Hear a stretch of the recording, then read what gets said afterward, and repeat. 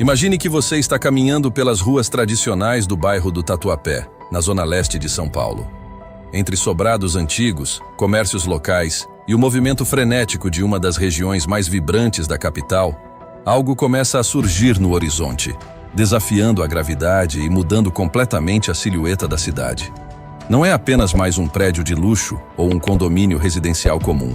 Estamos falando de uma estrutura que rompeu a barreira dos 170 metros de altura, tornando-se, no momento de sua entrega, o maior arranha-céu da maior metrópole da América do Sul. O Platina 220 não é apenas um feito de aço, vidro e concreto. É o símbolo de uma nova era urbana para São Paulo e um marco da engenharia civil brasileira que exigiu soluções audaciosas para sair do papel.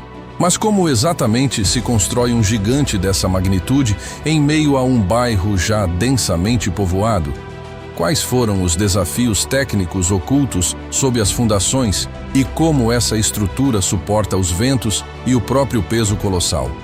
Hoje, vamos mergulhar nos detalhes técnicos e na história fascinante por trás da construção do Platina 220, o gigante que colocou a Zona Leste no topo do mapa arquitetônico do continente.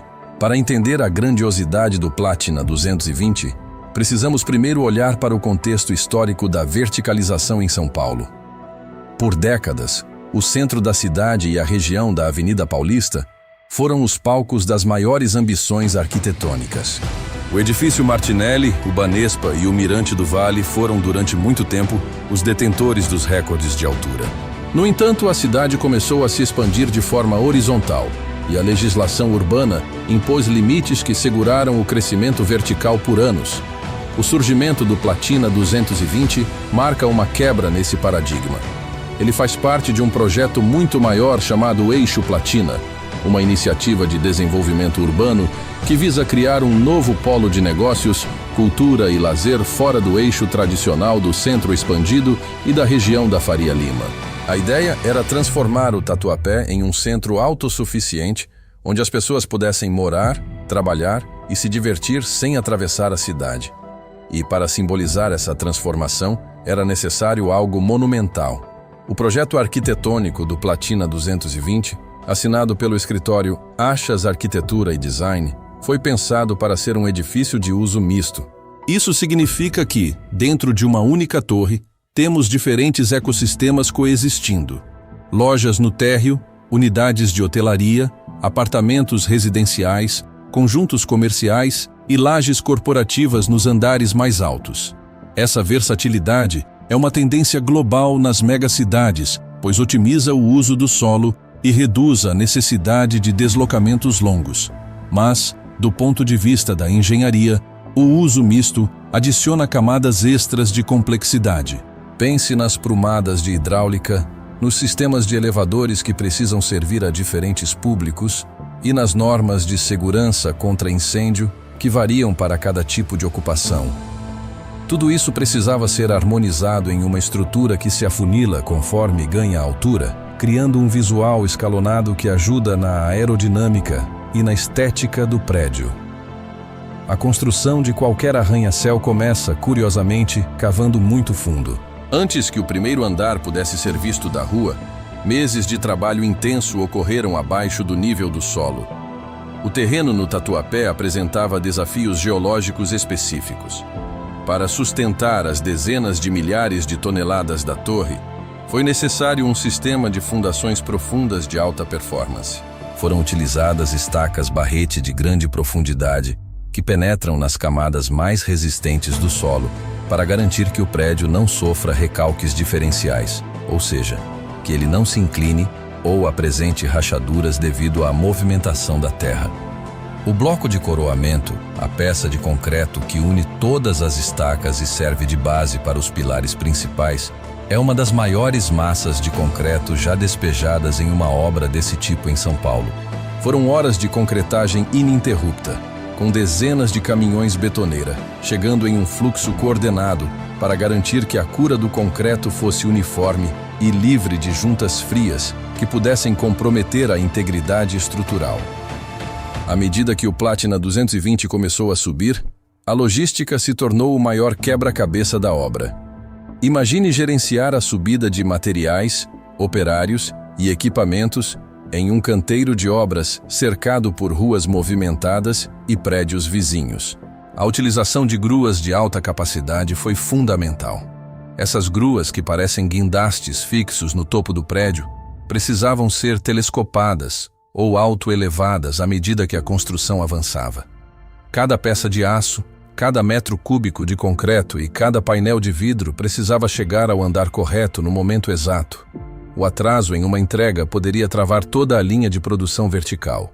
Para otimizar esse processo, a construtora utilizou métodos construtivos modernos, como formas trepantes para o núcleo de elevadores e escadas, que é a espinha dorsal de concreto do edifício. Esse núcleo é construído primeiro, servindo de guia e suporte para o restante das lajes que vão sendo montadas ao redor. Um dos pontos mais críticos em edifícios dessa altura é a resistência aos ventos. Embora São Paulo não sofra com furacões, a essa altitude as correntes de ar são constantes e poderosas. Um prédio alto não pode ser rígido demais, ou ele quebraria sob a pressão.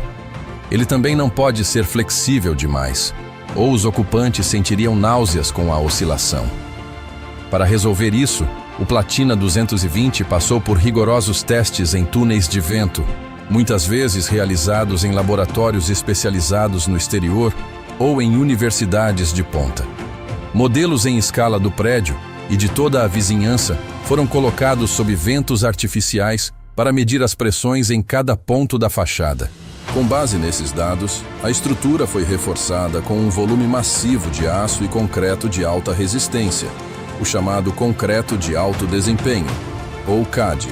Esse material tem uma capacidade de compressão muito superior ao concreto comum usado em casas, permitindo que os pilares nos andares inferiores sejam mais esbeltos, liberando mais espaço útil para os usuários sem sacrificar a segurança. A fachada do Platina 220 também é uma obra de engenharia à parte. Não se trata apenas de estética. O uso de vidros de alta performance é essencial para o conforto térmico e a eficiência energética do edifício. Esses vidros são projetados para permitir a entrada de luz natural, mas bloquear grande parte do calor solar, o que reduz drasticamente a necessidade de ar-condicionado. Além disso, a instalação desses painéis de vidro em grandes alturas exige técnicas de rapel industrial e ventosas de alta potência, tudo feito sob condições climáticas, controladas para evitar acidentes com o vento. Cada painel precisa ser perfeitamente selado para suportar as pressões negativas e positivas causadas pelas correntes de ar que atropelam o edifício lateralmente. No interior, a tecnologia continua a impressionar. O sistema de elevadores é um dos mais rápidos do país. Imagine o tempo que se perderia se o elevador parasse em todos os 50 andares de forma convencional. Para evitar filas e esperas intermináveis, o prédio utiliza sistemas de antecipação de chamada, onde o usuário indica o andar de destino antes mesmo de entrar na cabine. E um algoritmo agrupa as pessoas que vão para andares próximos no mesmo elevador. Isso otimiza o fluxo de pessoas e economiza energia. Além disso, toda a gestão de águas e resíduos foi planejada para atender aos mais altos padrões de sustentabilidade, incluindo o reuso de águas pluviais para irrigação de jardins e limpeza das áreas comuns. Algo vital em uma metrópole que enfrenta constantes desafios hídricos. Mas por que construir tão alto no Tatuapé e não em outras áreas? A resposta reside no plano diretor da cidade. São Paulo incentivou o adensamento próximo a eixos de transporte público, como as estações de metrô e terminais de ônibus. O Platina 220 está estrategicamente localizado perto da estação Carrão do metrô. Ao construir para cima, a cidade consegue acomodar mais pessoas em uma área menor, aproveitando a infraestrutura de transporte existente e evitando que a mancha urbana continue se espalhando para áreas de preservação ambiental nas periferias. É o conceito de cidade compacta sendo aplicado na prática. O impacto socioeconômico no bairro foi imediato. A valorização dos imóveis no entorno, a chegada de novas empresas e a revitalização de espaços públicos mostram que um mega empreendimento tem o poder de transformar toda uma dinâmica regional. Entretanto, a jornada para erguer o Platina 220 não foi isenta de críticas e debates. Muitos moradores tradicionais do bairro questionaram o impacto visual e o aumento do tráfego. Isso exigiu da construtora e dos órgãos públicos uma série de medidas mitigadoras, como melhorias nas vias de acesso, novos semáforos e investimentos em paisagismo urbano. A construção de um gigante desse tipo é sempre um diálogo entre a ambição do futuro e a realidade do presente. Durante o auge da obra, centenas de trabalhadores estavam no canteiro simultaneamente. É fascinante pensar na coordenação necessária para que o encanador, o eletricista, o armador de ferro e o engenheiro de segurança trabalhassem em perfeita harmonia a mais de 100 metros do chão. Cada andar concluído era uma vitória celebrada, um degrau a mais rumo ao topo da América do Sul. Quando comparamos o Platina 220 com outros arranha-céus ao redor do mundo, como os gigantes de Dubai ou da China, ele pode parecer modesto. Mas para a realidade brasileira e sul-americana, ele representa um salto tecnológico significativo. Ele prova que a engenharia nacional tem plena capacidade de projetar e executar obras complexas que seguem as normas mais rígidas de segurança global. O título de maior de São Paulo trouxe um prestígio que vai além da altura. Trouxe a confiança de que é possível verticalizar com qualidade e propósito. O edifício tornou-se um novo ponto de referência. Pilotos de avião o usam como baliza visual, fotógrafos buscam os melhores ângulos de sua fachada geométrica e os cidadãos da Zona Leste olham para ele com um misto de espanto e orgulho, vendo seu bairro ser o protagonista de um novo capítulo da história urbana. A construção do Platina 220 também abriu caminho para novos projetos ainda mais ambiciosos. Outras torres já estão em planejamento ou construção, algumas prometendo desafiar novamente os recordes de altura. No entanto, o Platina será sempre lembrado como o pioneiro que quebrou o teto de vidro do Tatuapé. Ele nos ensina que a engenharia não é apenas sobre números, cálculos estruturais e resistência de materiais. É sobre as pessoas que vão habitar esses espaços, sobre os sonhos de desenvolvimento de uma região e sobre a coragem de olhar para o céu e imaginar o que é possível construir. Cada vez que o sol se põe e se reflete nos vidros da torre, vemos o resultado de anos de planejamento, suor e inovação técnica. Para os estudantes de engenharia e arquitetura, o Platina 220 é um estudo de caso vivo. Ele aborda desde o uso de modelagem BIM, que é o Building Information Modeling, onde toda a construção é feita virtualmente em 3D antes de ir para o terreno para evitar conflitos de tubulações e estruturas, até a gestão de resíduos sólidos em canteiros de alta verticalização. A precisão necessária em uma obra desse tamanho é milimétrica. Um erro de 1 centímetro na base pode se transformar em um desvio de metros no topo se não for corrigido a tempo.